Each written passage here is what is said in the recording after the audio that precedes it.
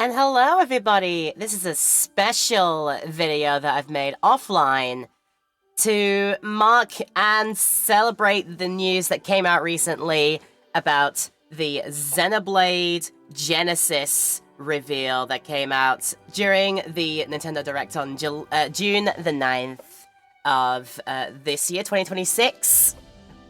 I was unbelievably up for this announcement coming in, especially after the news that the Switch 2 versions of all the previous Xenoblade Chronicles games are coming out as well.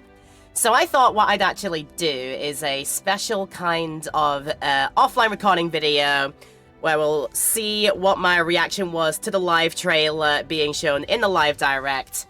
And then afterwards we'll go through the video just as a little bit, bit by bit, and see if we can form, like, our theories and craft in sort of ideas of what things might be like when we get this story for proper.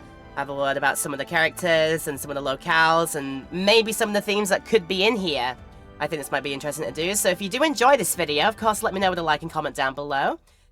Feel free to go further with your love and support and to see more of our usual stream highlights and probably some other things in the future as well. Make sure to click the subscribe button and click the bell as well.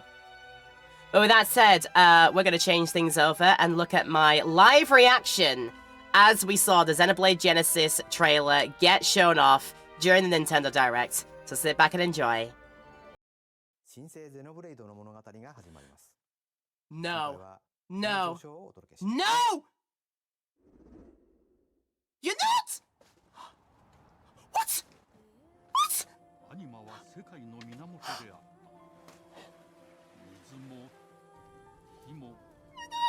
Oh my god!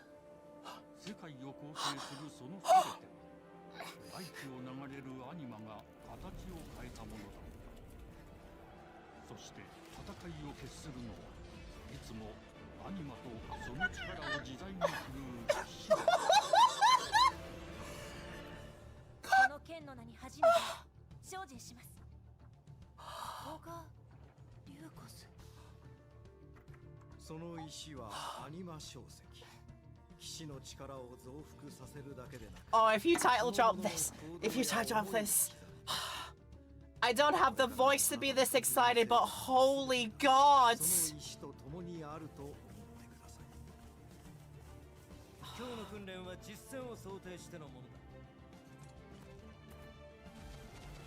Oh, I mean though.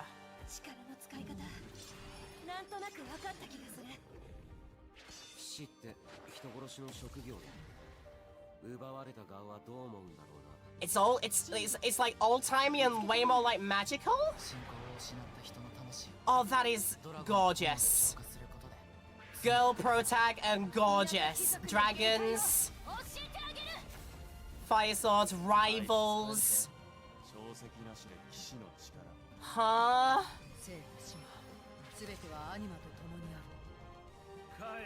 God, look at all of them. Look at all of them. Kitty! There's Kitty! There's giant ogre person. And then there's you. But no goddamn way, you... Oh my god. Oh my god, oh my god, oh my god, oh my god, oh my god, oh my god, oh my god. A land warmed by 6 suns. Also Ringworld-ish? Something like that? Vengeance of a fallen god is yet to be... Oh god, no, what do you mean? No, what do you mean? What do you mean? Xenoblade.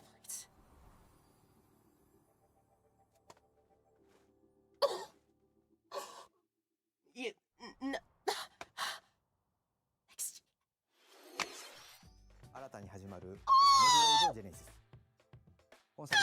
Oh my god!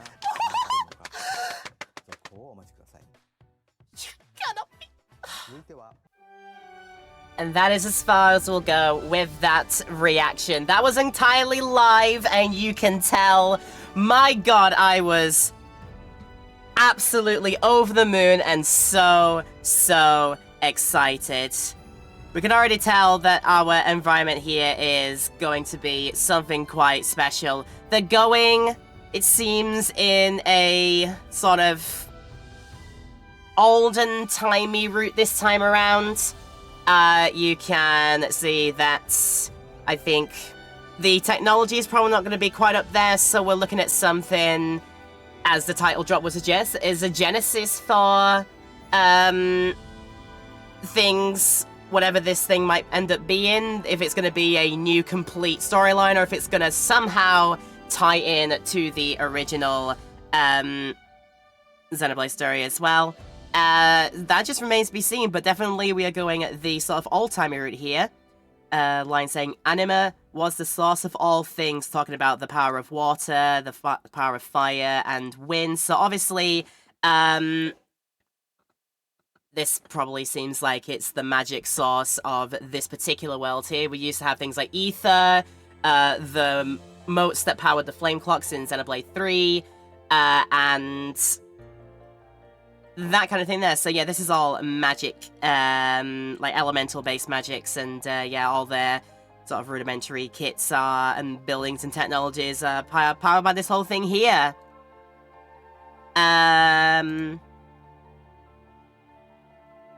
Every force that gives shape to this world was a manifestation of the anima that flows through the land. So yeah, kind of like the ether of the world, basically, this one here. And then when people go fighting, the outcomes decided by people who could wield the anima's power, called Vesselai. So, these people who obviously are attuned to using elemental magic through sword attacks, and then we've got people that are training to be the next line of them, it looks like here, which I find really cool here. We've got Lukos. I don't know if Lukos is the name of the town, or like the name of this, like, Vesselai training, study, academy, whatever here. Xenoblade 3 houses, call it what you want, but, that's right here. So we got here a scene of, by the way, girl protag for the first time in a Xenoblade game. Like, we've had, sort of side, sort of like duo protags before, like Noah and Mio in Xenoblade 3, being sort of like side-by-side protags. Obviously Noah's the guy and Mio's the girl, but this time around, it's the girl that takes, it looks like it's the girl, unnamed at this point. I don't know the name at this point here, but it seems like they're the front and poster child protag for the game. So finally, girl protag in a Xenoblade. That's like pretty gnarly and neat. Being given something to power up their sword here, an anima Crystone or Crystone, whatever they're saying. It amplifies Vesselai's power and also records the bearer's thoughts and actions. So I guess you gotta learn to use your powers for good, maybe. Also, take a okay, the symbol that appears when it comes into here, doesn't that look vaguely sort of Aegis swordy, or maybe like veiled swordy type thing here? I can only guess what sort of stuff has been imbued by this Crystone. But just the iconography that's in the hilt of the sword now, looking like I said, the veiled sword, or maybe even the Aegis sword. As I said, we're just spitballing if this game is even going to be relevant to the Xenoblade Chronicles line in a way, shape, or form. But we can only guess, and it's like you gotta do. Are they just doing that as a stylistic thing, or is there like actually a meaning behind it? I'm gonna guess we got like a hub world here. You go around, and I imagine quest lines are gonna be along the lines of like you're gonna do some study materialing to better yourself by just see that there. We'll have to see like if any of the actual like school environment stuff or whatever, these classes things are gonna be how we do some of the leveling up potentially to attune ourselves better to use magic spells or whatnot. I'm just noticing now that every single like the halberd, the staffs that some of the other characters are going. I think maybe even in, okay, not quite in the butt of the gun. That's a little bit different there, but I'm just seeing it there. They've got their own sort of like Crystone symbols peering through. So you kind of wonder what that all means there. Riding fast across land on mounts, so get across the land pretty quickly. I like the look of that. How it just clean cuts off the just clean cuts off the stone protection of this beast here. Just like that is a clean cut over there. I love that. I love that. And I just noticed as well, it did it to the rock at the back as well. The slide down. Oh my god, that's going to be stylistic and fun to see. What was it our guy friend here says? Guy friend or potential love interest? I don't know. What does he say? Killing is part of a vesselized job. I wonder how our victims feel about it. Ah, there's the philosophy. That would be where the philosophy comes in. Let's find the truth together! The truth of our job, is it really going to be all it's cracked up to be, or is there some dark ulterior stuffs there? I like one who flies in the dragon looks gorgeous. What we've got here, a pseudo-rival situation. I mean, school learning environment, you'd probably assume, but she looks really nice too! I'm smitten by the, main cast already. Notice that many of them are going with this sort of elven look to them. I don't know if they're like actually going to be like pure on elf characters, or if they're like a new sort of breed or a new race going on here. But the fact we're going to have like some sort of like a rival situation. How does the world function with all the anime? We have a cat! I mentioned it in my reaction. We have a cat. Going back to where I belong. There's a cat again. We just missed it. Let's see if I can get a cat. There's a cat. It's very blurry, but there's a cat. So go like that. Bunch of people that we meet here. Giant man, probably like mercenary style, who again just spitballing here, but gives me sort of Zord vibes a little bit. I don't know if there's going to be like a parallel to that one there, or what if, again, pure spitballing here, but what if there's story beats? What if there are elements of this entire thing that are sort of interlinking, of following the sort of progression that, for example, the Xenoblade Chronicles story took? They made a giant man, or in Xenoblade Chronicles this is a giant man in a giant mechon, sent out to do bidding, but was he really like that to begin with? Like, some of the quest lines could reveal sort of the backstory stuff to the characters. Xenoblade's known to do that kind of thing. If you play through all the quest lines, you get a lot of fun stuff there. And here is our shaman person, but everybody who's going to join potentially for our party. I think we looks there, maybe? All of them unnamed, I think, at this point here. Nothing's been revealed about them yet, but we have our shaman user, looks like, our sort of like, I don't know, like Yuna clone, if you're thinking like Final Fantasy X vibes. We got a friend there, rival, whoever else there, who's the one who uses the gun or the rifle. That's main character, who, oh my god, they all just scrub up so well. I like the look that they've gone with Xenoblade now. Slight little bit of cell shading going on, and I really do enjoy that. Wish me luck, brother. And then this bit here really got me as well. This is a land warmed by the light of 6 suns. First of all, let's just have a look at the world where we can get like a really good look at it here. Like, we thought, I said in the reaction, is it Ring World? But it could very well be that whatever land this is, it's like an enclosed space. Like, all of the lands and stuff is actually within the globe or whatever. Like, is this like a world made to be just like enclosed to everything else? As maybe an experiment? God, who knows?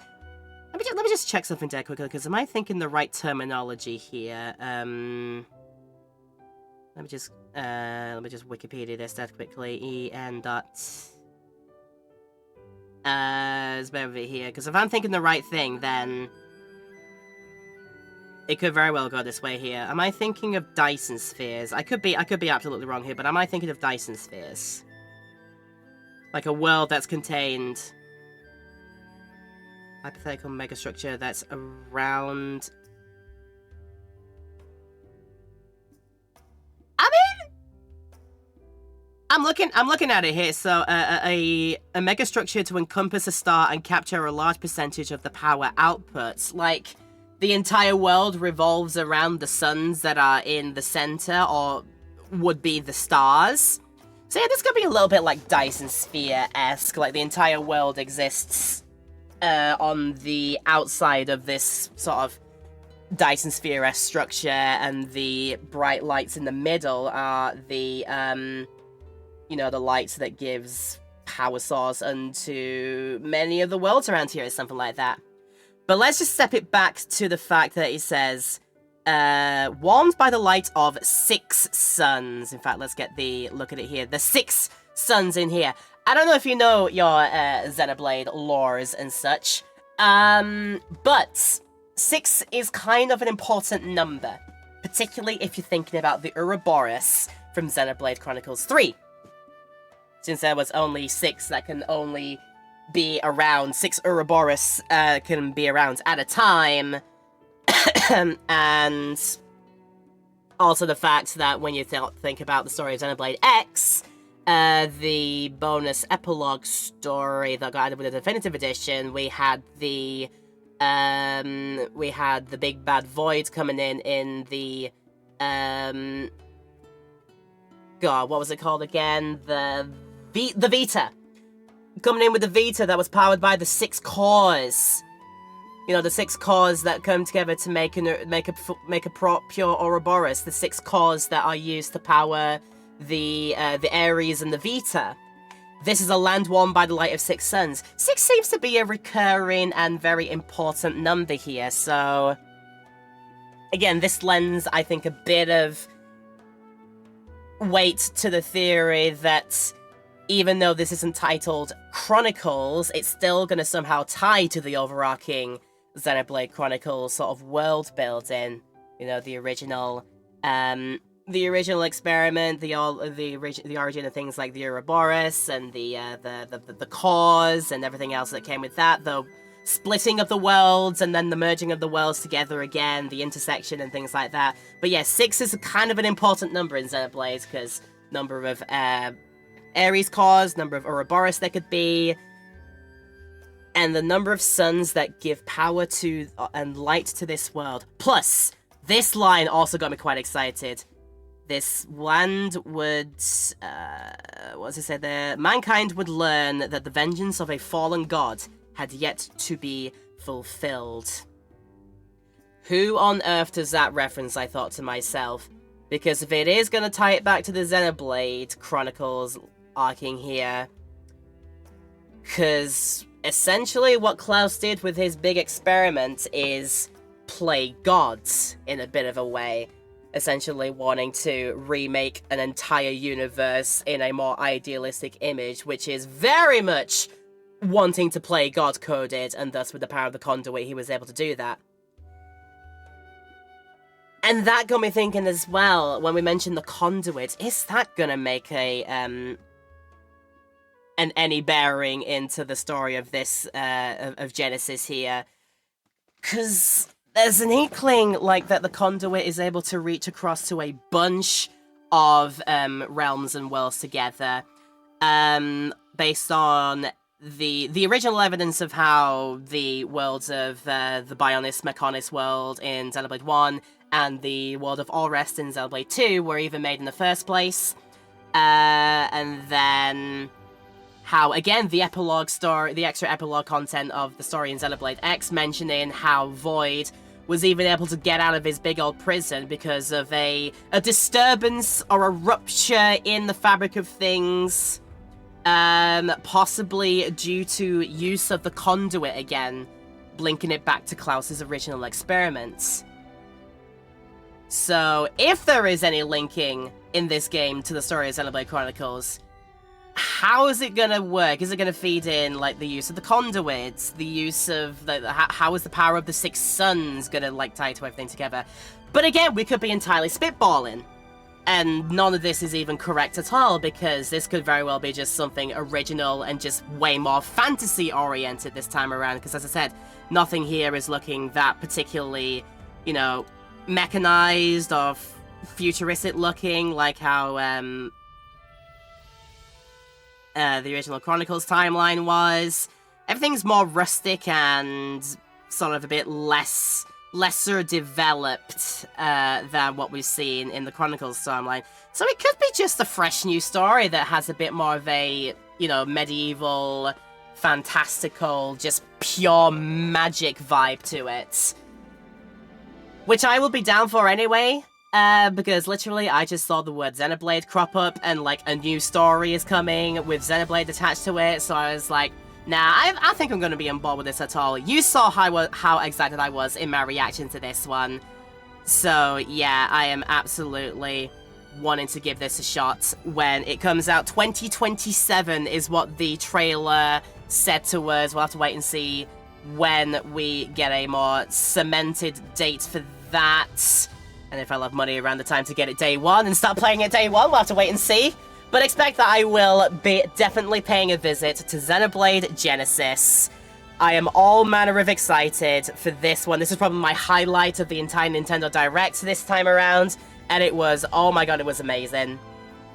I'm looking forward to the more details coming in and what turns, what twists, what references, if any, are going to be tying this all to the whole Xenoblade mythos. If anything at all. Like I said, this could be just like an entirely new thing in its own right to stand alone, but what if it ties in to the story? I want to see if it does. But that remains to be seen. But I am so excited for this one, and I hope this has been a worthwhile diving for all of y'all. If you liked what you've seen here, don't forget to let me know with a like and comment down below, and feel free to let me know your opinions. And if you want to see more of my regular stuff coming in the future, don't forget to click the subscribe button and click the bell next to it as well. But yeah, I hope this was a little fun little dive in for you. It certainly was for me, and I'm looking forward to Xenoblade Genesis, hopefully, when we come around to it in 2027.